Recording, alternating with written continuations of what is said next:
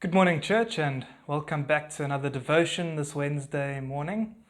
Today I'm going to be reading from Mark chapter 3, verses 1 to 6. Mark chapter 3, if you want to follow along, verses 1 to 6. Another time he went into the synagogue, Jesus, and a man with a shriveled hand was there. Some of them were looking for a reason, the Pharisees, to accuse Jesus. So they watched him closely to see if he would heal on the Sabbath. Jesus said to the man with the shriveled hand, "Stand up in front of everyone." Then Jesus asked him, "Which is lawful on the Sabbath? To do good or to do evil? To save a life or to kill?" But they remained silent. He looked round at them in anger and, deeply depressed at their stubborn hearts, and he said to the man, "Stretch out your hand." He stretched it out, and his hand was completely restored. Then the Pharisees went out and began to plot with the Herodians how they might kill Jesus. Now, I found 3 lessons that we can learn from our Lord in this passage here. And the first one is that our enemies are waiting for us. It said here in verse 2, some of them were looking for a reason to accuse Jesus. Our enemies are prepared and they are waiting for us. So we have to be prepared for their attacks. We have to be prepared to come, not to fight back, but to give an answer, to give an account for our fight. And we do that because we know that we have been prepared by God. We have been prepared in and through God, through His Word, through His calling on our lives. Our enemies are waiting for us, but we are prepared. Second lesson is know your fight. Jesus changed this perspective completely.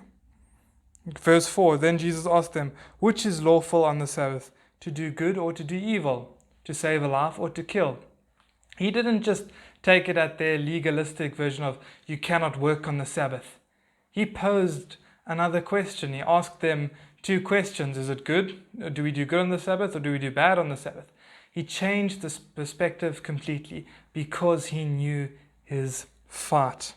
Jesus knew his fight. And then thirdly and lastly, walk courageously into the battle. Verse 5, Jesus looked round at them in anger and deeply distressed at their stubborn hearts. He knew that they were going to go and plot with the Herodians how they might accuse him, because he knew they were waiting for him, but he knew his fight and he walked courageously into the battle.